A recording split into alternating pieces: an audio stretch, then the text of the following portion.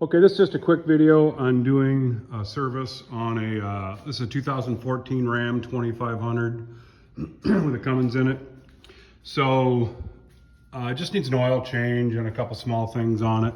But just real quick, so that's a 3/8 drive. It's not a Allen, it's not a Torx, it's not a 13, you know, it's just basically a 3/8 drive ratchet.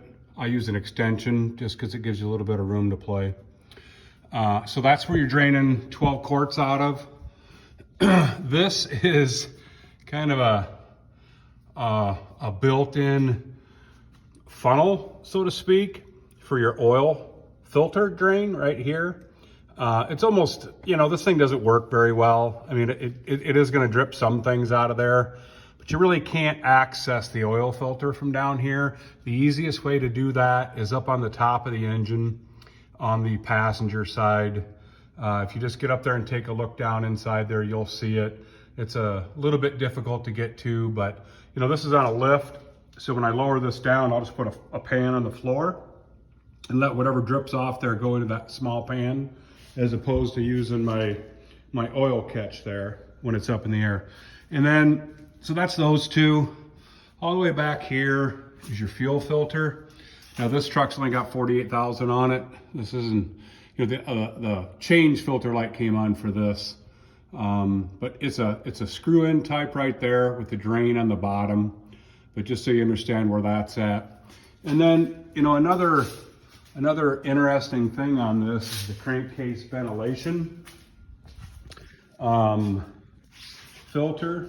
Let's see if I can hurry up and lower this down to show it to you real quick. Now the crankcase ventilation filter isn't due to be changed until about, I think that light comes on at 67,500 miles. And that's a little bit expensive. That filter, I think it just like the local Napa shop, that filter's like 140 bucks to replace. It's not cheap, but it is a requirement. When you take the old one off and you look inside of it and see how dirty it is, you might think 67,000 miles is too long to wait to replace it. But let's get this down here. I'm a short guy, so I got to get it all the way down. But all right, so the crankcase ventilation filter is under here, okay? So you have to take this cover off. Once you get this off, you've got a few connectors to disconnect back there.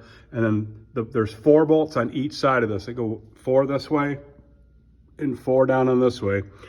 And then when you go to take this off, there's some hoses and stuff in the back left. So you're not really gonna take it all the way off, you're just gonna lift it up and off to the side. And then that filter is just gonna pop out of there. There's some rubber O-rings and stuff in there when you go to pop it out. But when you go to put the new one back in, make sure you lubricate those O-rings when you press it back in, and then you just go ahead and put it, bolt it right back down the same way that you unbolted it. The oil filter for this, it's probably kind of hard to see, but it's right straight down here on the passenger side. It's difficult to get to. They didn't put it in the easiest spot, and they certainly didn't give you access underneath it, but that's where it's at. So 12 quarts of oil on the way back in. New oil filter, new fuel filter, and then in about 20,000 more miles, we're going to replace that CCV filter, and she should be good to go. Thanks for watching.